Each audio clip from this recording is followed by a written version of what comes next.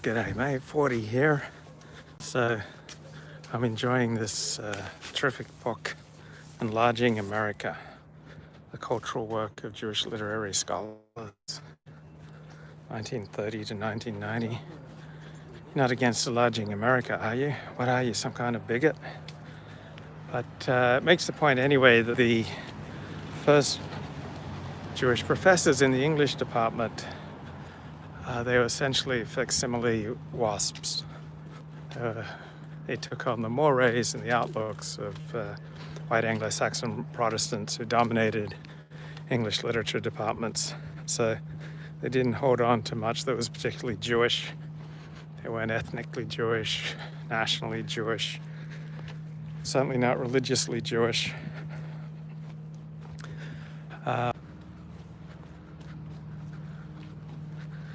That was the price for a ticket into the academies, that they had to give up their separate Jewish identity. And so they didn't specialize in Jewish topics. They just ignored that. They pretty much acted like wasps.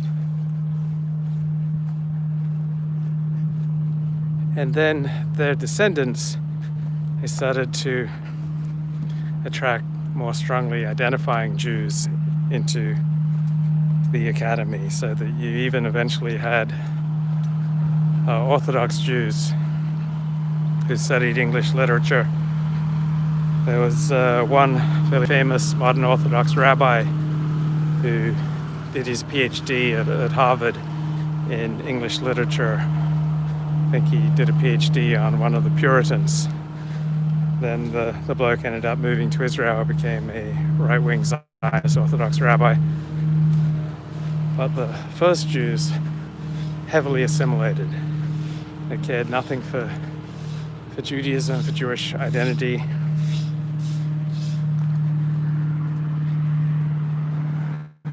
And that wasn't so much a sacrifice that they made to get ahead. That was how they already were. So they didn't give up their Judaism to get ahead. They'd already largely left their Judaism behind.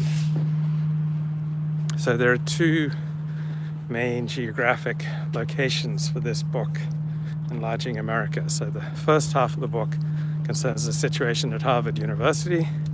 So Harvard dominates the small town where it's located, Cambridge, while the other half of the book concerns the situation at Columbia University, which is right next to Harlem in New York City. So while Harvard dominates Cambridge, New York City dominates Columbia. And so Harvard is much more of a self-contained world. It's much more of a retreat from the world. While at Columbia University, Jews there would often commute to the college. So they'd stay at home in Brooklyn and then commute to the college. While at Harvard, people weren't commuting into Harvard.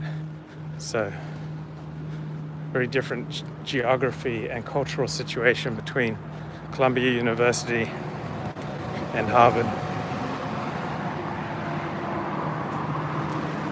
So Jews who were going to Columbia tended to have more of a Jewish identity, more connection to Jewish life than the Jews at Harvard. Okay. Whew.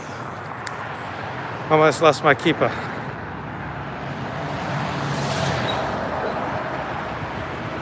So Lionel Trilling was a big deal. He was about the first Jewish professor on a tenure track at a major university.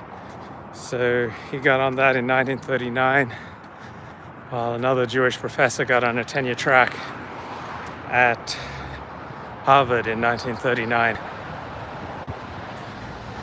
And Trilling influenced a whole host of the New York intellectuals. So New York intellectuals were generally on the left, as you would expect. They were dominantly Jewish.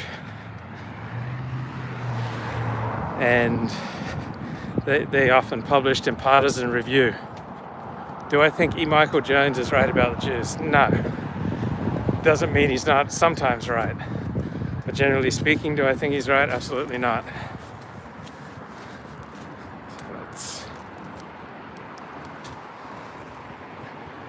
Let's see if we can get a different perspective here.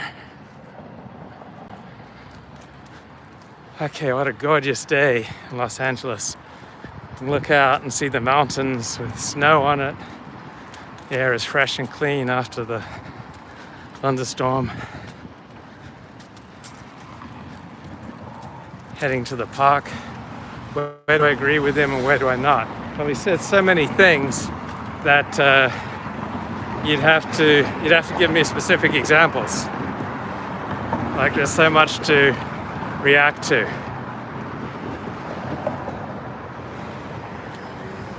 So you could go to my blog lukeford.net and you'd find all sorts of examples of where I think I talk about E. Michael Jones and take issue with things that he says. So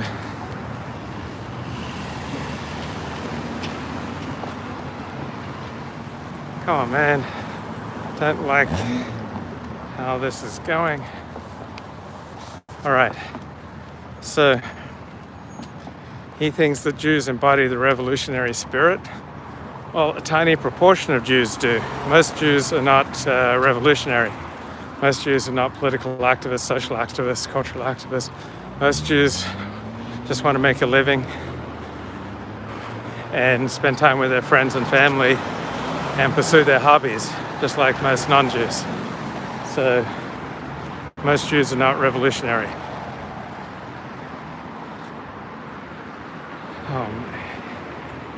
Trying to get control of my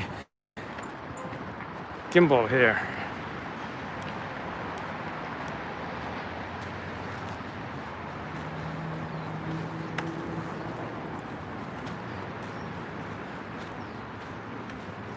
So certain Jews are much more likely to be politically revolutionary than other Jews.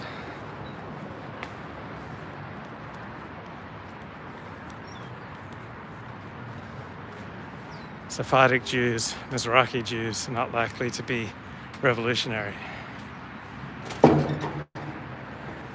Okay, let's hang out here, see if I can get control of my gimbal.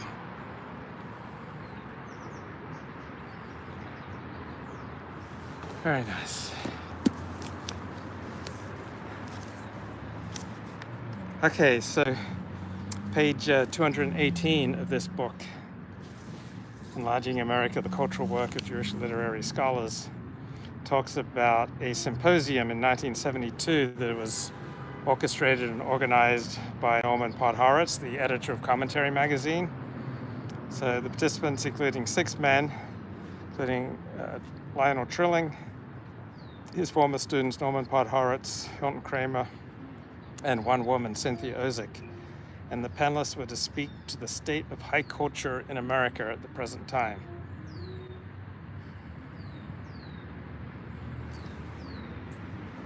And this symposium, it recreated the classroom situation of Lionel Trilling's graduate seminars, and it allowed the students in Trilling to relive their old roles, possibly undo their earlier defeats, and so heal long-festering wounds. So Norman Podhoretz, the organizer of the symposium, dominated it. And the panel discussion essentially amounted to a reversal of classroom roles. So the students managed to get their revenge on their old teacher. So Podhoretz wanted essentially Lionel Trilling to apologize and to admit his cowardice in not taking on the revolutionaries of the 1960s. So Podhoretz said the counter-revolution of the 60s, with its repudiation of the modernist canon and of rationality itself, posed a further development of the modernist revolution. It was a resurgence of Philistinism, of simple cultural barbarism. We wish to be congratulated on our rejection of tradition. Our rejection is a sign of superiority. And Lionel Trilling responded, if we look at it objectively, we have to see that the 1960s were a counterculture, an undertaking to assume a moralized position in relation to both the bourgeois life and to the high cultural life. That it wasn't just mere vulgarity. So this is where Podhoretz wanted to keep Lionel Trilling, to repeat the betrayal that festered like a wound at the heart of their relationship. So Lionel Trilling's hesitation to disassociate himself from the radicalism of the 60s, his unwillingness to speak out clearly against the ideas and actions of the New Left, constituted for Podhoretz a betrayal of the values that Trilling had undertaken to teach, and thus an abandonment of his student. So Podhoretz says, there was a class of people in this society who are neither self-appointed nor appointed by God, but who commit themselves to artistic and intellectual enterprises, and who are therefore obligated to defend those enterprises when they are under attack, out of elementary self-respect, if nothing else. And if that class of persons suffers a failure of nerves, who will then speak for those values? Why did such a failure of nerve take place? Because there was an epidemic of cowardice and panic to get on the right side of what looked like a triumphant revolution. So essentially here, Podhoretz was accusing his former teacher, Lionel Trilling, of cowardice. Okay, so how are we doing here? Still learning this damn gimbal. Okay, so Trilling tried to respond. He said cowardice leads us astray. One has to conceive it in terms of fatigue and alienation.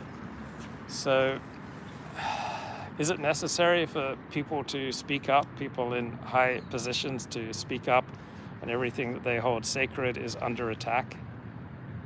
Like, not everybody is cut out for debate. Not everybody is cut out for controversy, right? Some people are much more suited to reflection and analysis. So you see with a lot of the agitation videos on the right, they're giving you the message, don't just sit there, you gotta stand up and do something. But then when you see the ridiculous things that people on the right are doing, such as alleging without evidence that massive amounts of voter fraud stole the 2020 presidential election from Donald Trump, then when you see the nuttiness and insanity and just plain bad behavior of many on the right, from Charlottesville to the conventional right, then you see the wisdom of the opposite saying, don't just do something, sit there. Right? Neither sitting there nor doing something is inherently superior. Like, some people are more cut out to doing something, and other people are more cut out to sit there and contemplate.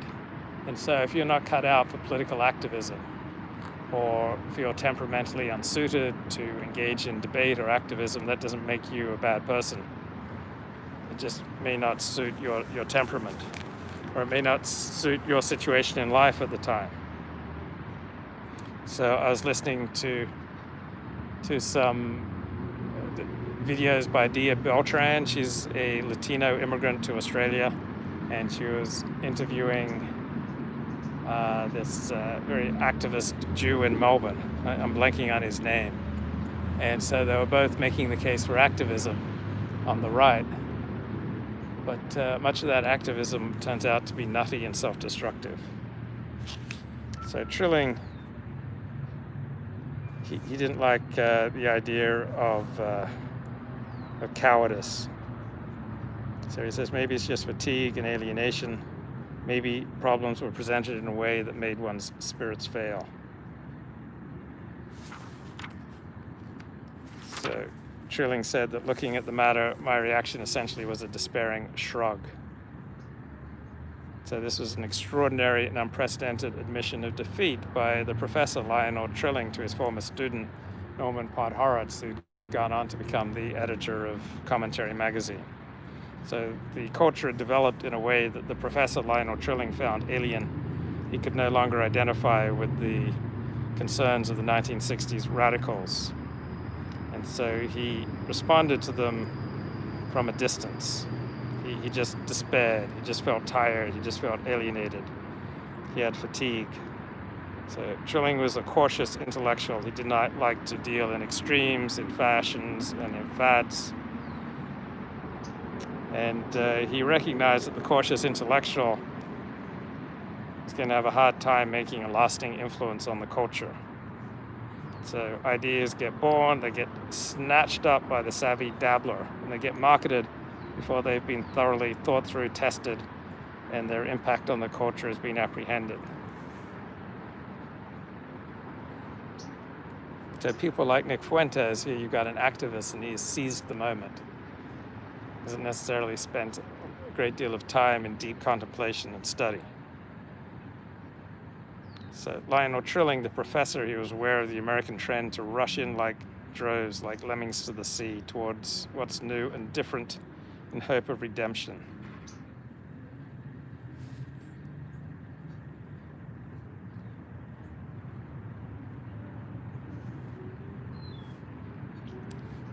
In his 1942 essay, The Sense of the Past, Lionel Trilling wrote, "The educated classes are learning to blame ideas for our troubles rather than blaming what is a very different thing, our own bad thinking. This is the great vice of the academy, that it is concerned with ideas rather than with thinking.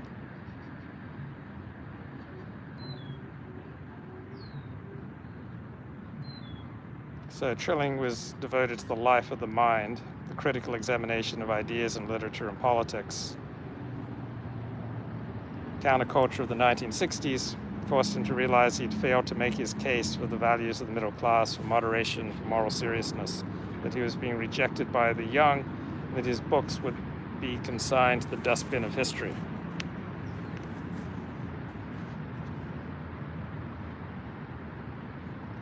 Eventually, Trilling turned to Podhoretz and essentially threw in the towel. Something has happened to make cowardice a possibility. Something's going on for a sizable number of years, which is a disaffection of the middle class. So in the second volume of his autobiography, entitled Breaking Ranks, Podhoretz accepted Lionel Trilling's explanation of fatigue for his failure of nerve to combat the New Left in the 1960s.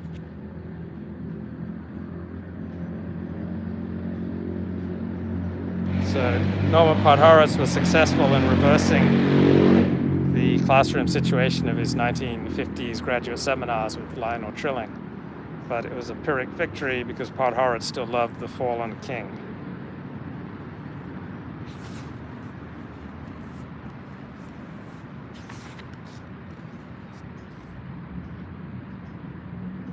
Luke, do a rooftop stream.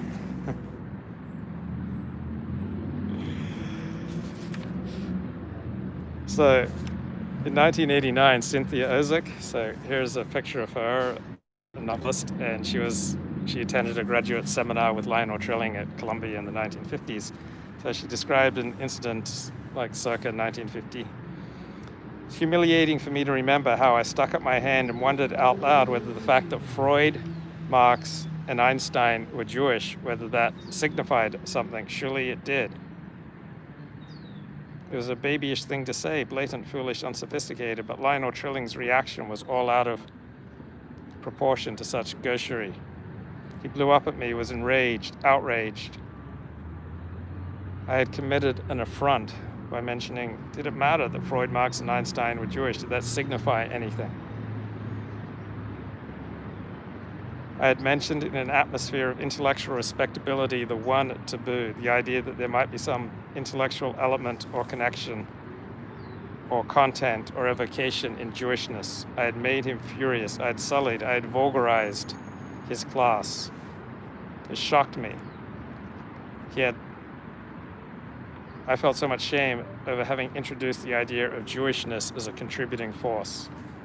So in America in the 1950s still, there's very much the idea of e pluribus unum, from the many one. While the 1960s, you got much more of the idea from the one many. So we moved away from, look at that beautiful blue sky, we moved away from cultural pluralism, or moved towards cultural pluralism in the 1950s.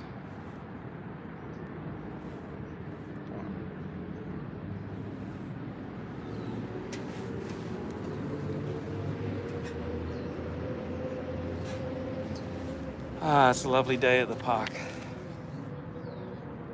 So Lionel Trilling, he got to establish himself as a big deal at Columbia by downplaying his Jewishness. That was the price for his prestigious position. Come on, man.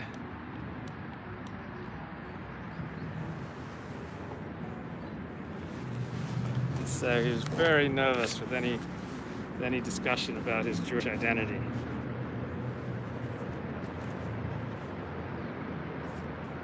And what about Cynthia Ozik's question? Did it matter, for example, that Freud was Jewish?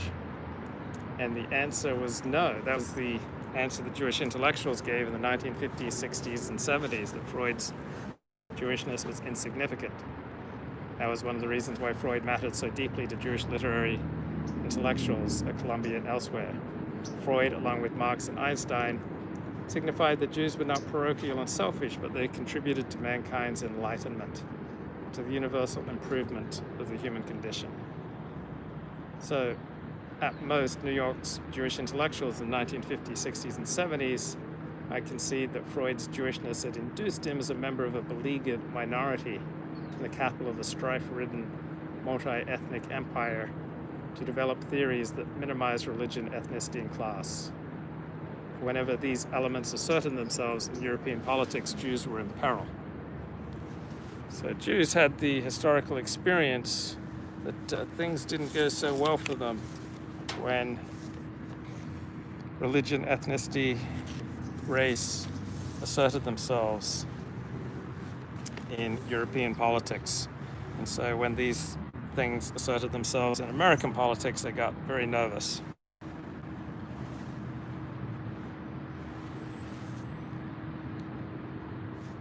So Freud's theories tied neatly into the New York Jewish intellectuals' goal of ethnic disappearance.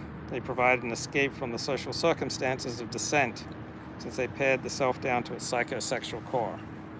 So Jews who wanted to assimilate, they wanted to move from a descent culture to an ascent culture. So a descent culture is a culture of groups and group identity. An ascent culture is an individualist culture where interactions between peoples are individually negotiated. So assimilated Jewish intellectuals, such as the New York intellectuals, they believed in the Enlightenment. So Jews are big believers, generally speaking, in the Enlightenment and this proposition that mankind was created equal. And Jews have remained ardent believers in all theories proposed in the wake of the Enlightenment that proclaimed that Jews were no different from everybody else. So in Freud's universe of human sameness, the bad Jew is merely a metaphor for the bad father. So in a world of Freudian theory, the burden of communal history melted away. So occasionally a Jewish scholar would have to force himself an awareness of the burden of Jewish particularity, such as Lionel Trilling's painful essay on Isaac Babel. But it's generally a burden that these assimilated Jewish intellectuals did not like to be reminded of. So for Norman Podhoretz was essentially the mirror image of Lionel Trilling. So he entered Columbia in 1946 at the age of 16. He worked hard to duplicate Lionel Trilling's success. He essentially replicated Trilling's career, but reversed Trilling's decision, made in 1930 at the age of 25, to leave the Menorah Journal and move into the academy. So Trilling moved from Greenwich Village for the dry as dust ward of the academy. In 1953, Norman Podhoretz decided to quit his pursuit of an academic career for a position at Commentary magazine, which was edited at the time by the same man, Eliot Cohen, whom Trilling had deserted at Menorah Journal in 1930. So Menorah Journal became Commentary magazine.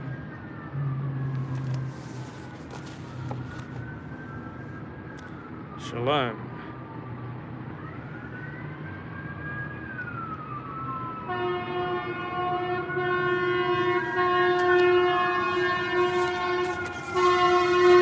got a little bit of sunshine this way, so come on, there we go. There we go.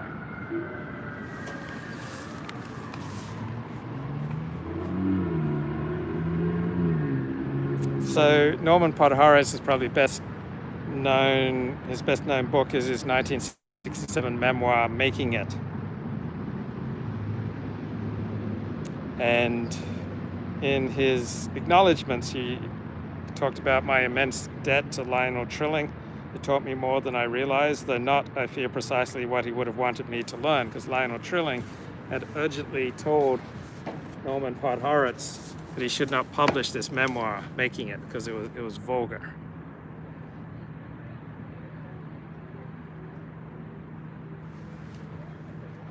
So what Lionel Trilling objected to was this publication of an autobiography that focused on Podhoretz's journey from Brooklyn to Manhattan, being the son of an immigrant workman to sitting at the feet of Professor F.R. Leavis, from craving publication as a hapless graduate student to becoming editor of Commentary magazine at the age of 30. So Norman Podhoretz continued as editor of Commentary magazine until, about 2005, when he was succeeded by his son. Now, there was nothing unusual in the structure of Norman Podhoretz's rags to riches story, Making It. What was new about the memoir was that it spoke about a career in the world of art and intellect as if it were a career in business. This was very much frowned upon. All hell broke loose. From the reviews, one might have supposed he had written Mein Kampf. The highbrow literary establishment was scandalized, shocked, livid, revolted, appalled, disheartened, and enraged.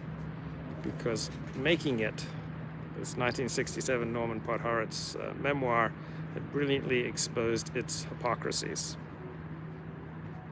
So the people to whom Making It mattered, the New York intellectuals, largely associated with Partisan Review.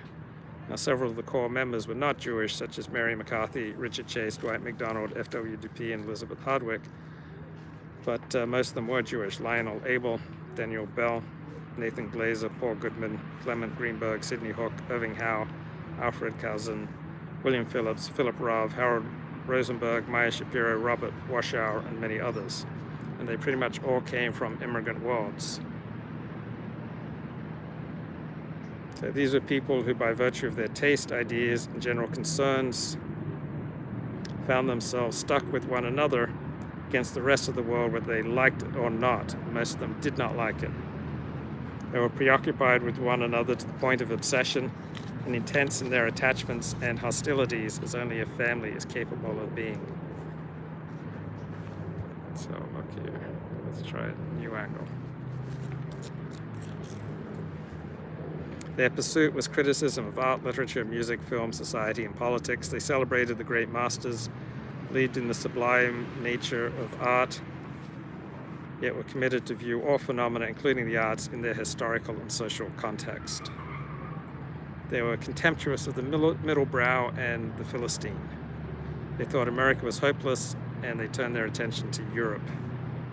They were intellectual elitists whose style was hypercritical, learned, and elusive. Their living in America was as accidental to their cultural ideas as their Jewish backgrounds were irrelevant to their appreciations of works of high art, literature, and paintings. They considered their escape from a Jewish immigrant upbringing, from the narrow, impoverished, unenlightenment Jewish world of their fathers, through instant mastery of Western high culture as an achievement. Hey, I keep sending Fahad invites, but I don't hear from him. So if you're able to find Fahad, I'd love to have him back on the show. So they moved from an immigrant Jewish upbringing in Brooklyn through mastery of Western high culture, and they valued it as an intellectual liberation. So Norman Podhoretz's memoir, Making It, attacked on three levels. First, by writing his memoir in a rags to riches Horatio Alger tradition. In Horatio Alger's books, the protagonist usually marries the daughter of some rich man. That's an essential part of how the protagonist makes it big. Podhoretz implied that the ascent out of the ghetto necessitated a change of class. He charged that those on the rise were induced to think of their parents' Jewish culture with contempt, essentially becoming an assimilated Jew. It meant that you had to have contempt for the world of your fathers. His teacher informed him, meaning Norman Podhoretz, that I was a talented boy. A better class of people stood ready to admit me into their ranks, but only on one condition. I had to signify by my general deportment that I acknowledged them as superior to the class of people among whom I happened to have been born. In other words, the price of admittance to higher society was to take on white Anglo-Saxon Protestant ideals and to leave behind Jewish ones.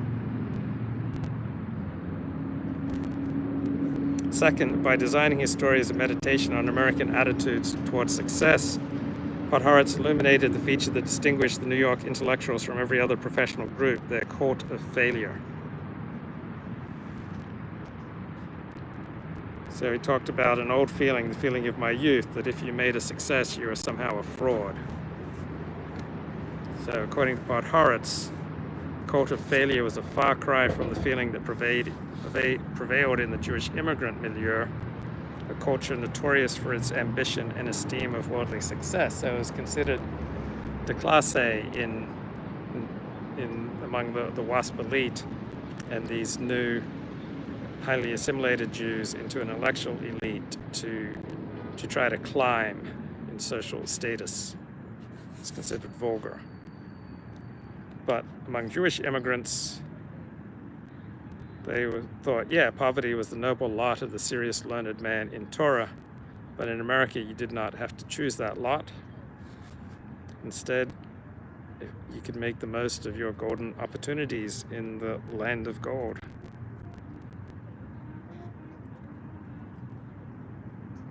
So in the rarefied atmosphere of Columbia College, the word successful glided automatically into the judgment corrupt.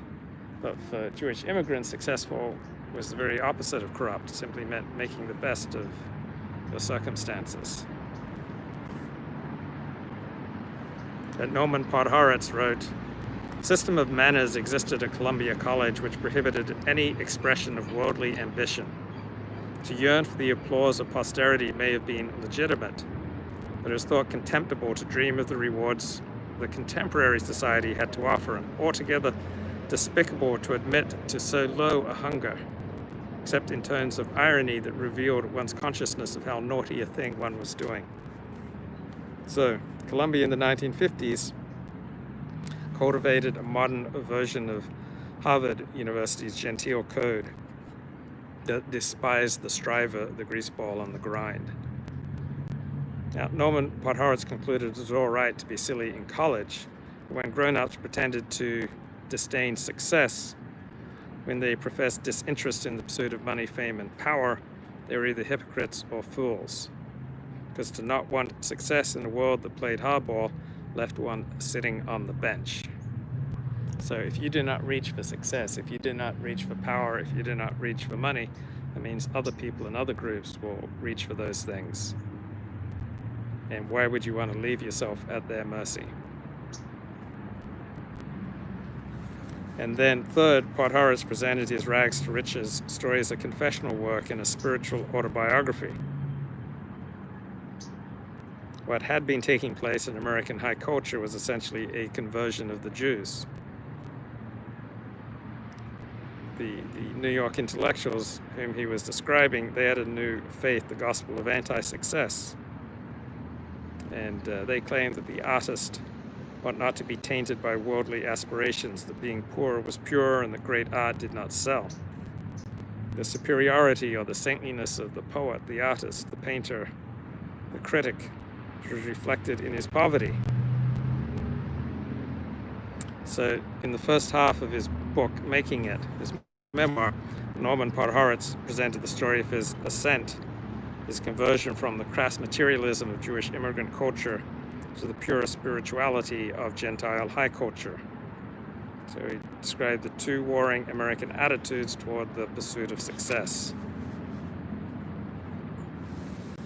So it turned out to be a hot conflict between the Jewish need for safety, which is best achieved through the acquisition of money and power, and Gentile notions of being cultured, which derive from the Christian dualism of body and soul, and the idea that the true devotee of the life of the mind had to overcome the corrupting desire to possess the goods of this world. So Judaism, by and large, is the most relaxed of all the world's major religions about the natural passions for things such as power, money, prestige, fame, sex. So generally speaking, in the Christian world, it's considered vulgar of wanting to be famous, of wanting to be powerful, wanting to be successful, of wanting to be rich. Because Christianity is much more dualistic.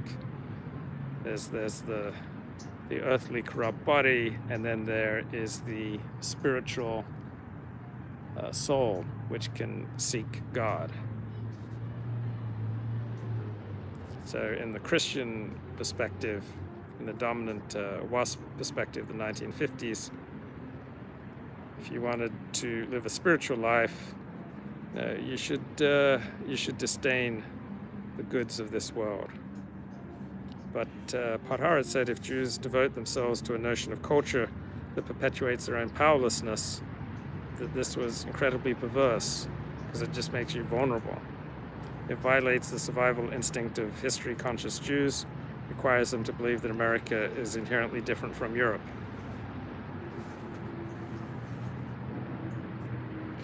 So Podhoretz realized that subscribing to Gentile notions of gentility, gentility connection there, demanded that as a sign of his conversion he pass judgment on the Jewish immigrant world he had left behind. And that he could not do. Let's see if oops. There we go. He did not want to think of Jews as crude, vulgar, loud, pushy, materialist, and crass. So in 1953, Norman Podhoretz began to reverse the assimilationist direction of his life. He wrote Making It in 1967 from the perspective of one who regretted his conversion to Gentile ideals of gentility and was trying to make amends.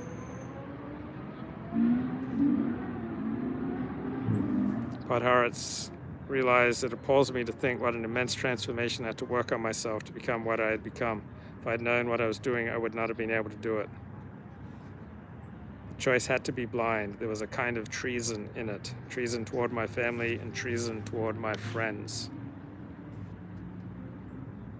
So when his book Making It appeared in 1967, his Jewish intellectual family, revolving around the publication Partisan Review, was furious. They resented that Norman Podhoretz implicated them in this kind of betrayal. He accused them of having converted to the faith of high art, a faith that spelled essentially the condemnation of Jews as a people and a repudiation of Jewish ideals, manners, and forms of social interaction. So Norman Podhoretz saw that the New York Jewish Trotskyists worshiped side by side with Southern agrarians in their church of high art. That's why Partisan Review published T.S. Eliot's East Coker despite the poet's anti-Jewish views. New York intellectuals stuck together to protect themselves against contaminating influences from the surrounding American world, from kitsch, from the middle brow, from commercialism, from mass culture, from populism, from liberalism, from Stalinism, from Louis B. Mayer, John Steinbeck, George Kaufman, and so on. So the worship of high art produced snobs, and a Jewish snob was someone who did not like to think back to his Jewish origins in the Bronx or Brooklyn, who winced at the Yiddish accented English of his parents, someone who thought his parents' apartments were tawdry and in bad taste. Dominant emotions of snobbery, according to Trilling, are uneasiness, self-consciousness, self-defensiveness, sense that one is not quite real but can in some way acquire reality. And the other main objection to Podhoretz from the New York intellectuals was about form. They were annoyed by the unabashed style of Norman Podhoretz's Confession and Atonement. That he teamed up with Commentary magazine whose grand plan was to arrange a marriage between the Jewish intellectuals, the family, and American culture, create a reconciliation between them and the Jewish community. He thought to publish this in an autobiography that reverted to immigrant manners, that applied to the life of the mind the notion of making it to the top of the pile. Norman Podhoretz had scrambled to the top, that he'd been ambitious and striving, and that it was okay to hunger for worldly success. They regarded this as low, ignoble, and ugly. So this Making It book, it was denounced as brash, cocky, tasteless, and self-inflating. It was a Frank Norman Mailer-like bid for literary distinction, fame, and money, and a pretty sharp criticism of the New York intellectuals who dominated the era.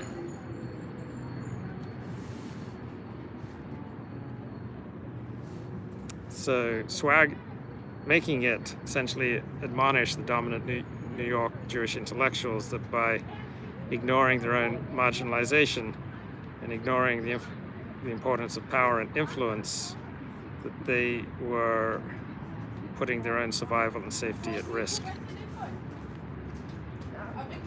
Why do you get a phone at that point?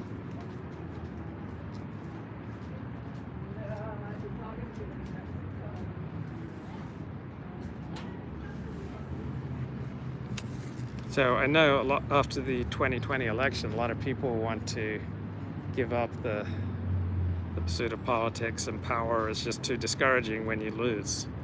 But if you give up the will to power, if you give up the will to success, if you give up the will to influence, if you give up the will to make a lot of money, then you jeopardize the safety of everything that you supposedly hold dear, because the way you protect yourself is with power and money and influence.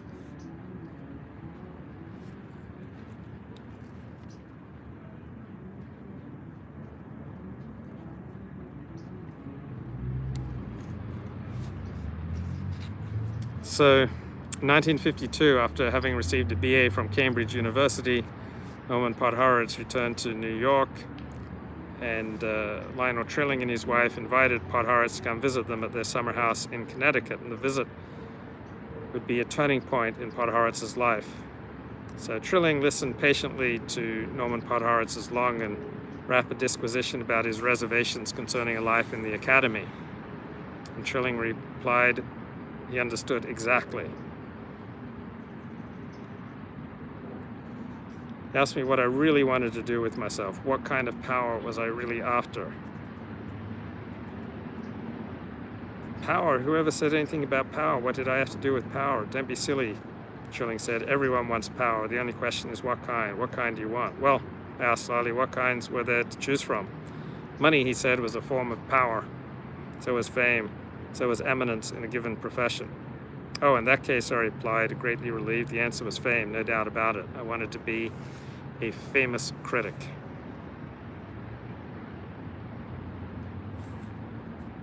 So then he got a job interview at Commentary magazine, and at his job interview, the editor of Commentary grinned and said, the main difference between Partisan Review and Commentary magazine is that we admit to being a Jewish magazine and they don't.